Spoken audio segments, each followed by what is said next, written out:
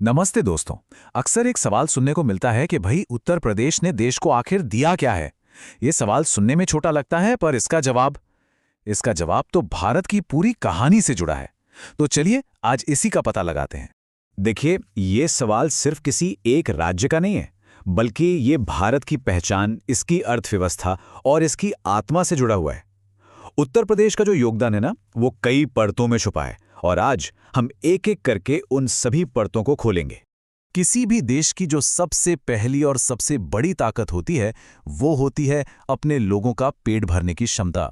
और यहीं से उत्तर प्रदेश की कहानी शुरू होती है, देश के अन्न भंडार के तौर पर।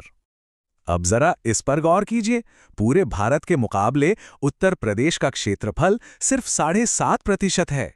हाँ, बस इतना सा।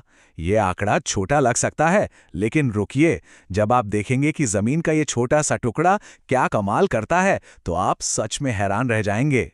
अपने छोटे से आकार के बावजूद ये अकेला राज्य देश का आधे से ज्यादा गन्ना, मतलब 50% से भी ज्यादा, और लगभग 35% गेहूं पैदा करता है। सोचिए, ये वाकई एक एग्रीकल्चरल सुपर पावर है जो अपने आकार से कहीं ज्यादा देश को दे रहा है। और फलों के राजा यानी आम की बात करें तो अरे उत्तर प्रदेश का तो कोई मुकाबला ही नहीं है। हर साल 61 लाख टन से भी ज्यादा आम यहीं से आते हैं। ये नंबर इतना बड़ा है कि कल्पना करना भी मुश्किल है। लेकिन कहानी सिर्फ आम पर खत्म नहीं होती। खरबूजा हो, अमरूद हो या फिर तरबूज, इन सबके उत्पादन में भी ये राज्य सबसे आगे है। और तो और, आज की तारीख में सब्जियों के उत्पादन में भी उत्तर प्रदेश पूरे देश में नंबर 1 पर है। तो उत्तर प्रदेश सिर्फ देश का पेट ही नहीं भरता, बल्कि इसकी हिफाजत भी करता है। चलिए अब खेतों से निकलकर बात करते हैं उस बहादुरी और बलिदान की विरासत की, जिसने इस राष्ट्र को बनाने में बहुत अहम भूमिका निभाई है। इतिहास गवाह है दोस्तों।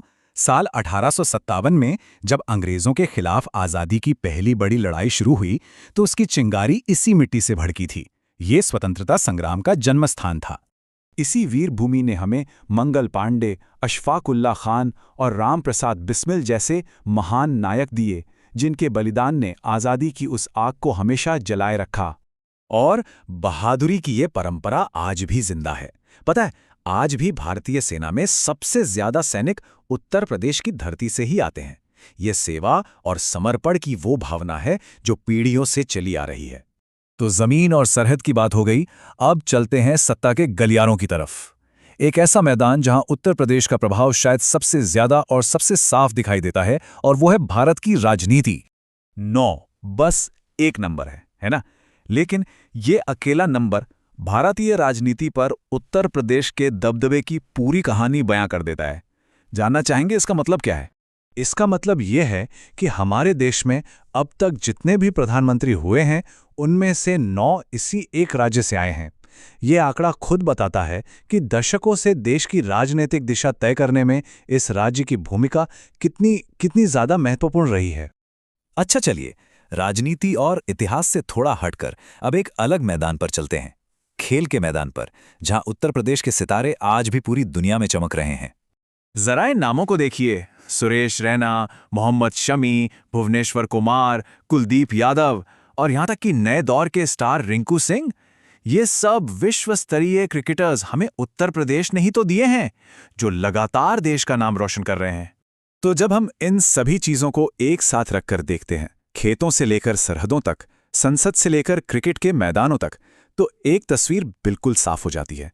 एक ऐसे राज्य की तस्वीर जिसका भारत के निर्माण में योगदान बहुत बड़ा है और जिसे नकारा नहीं जा सकता।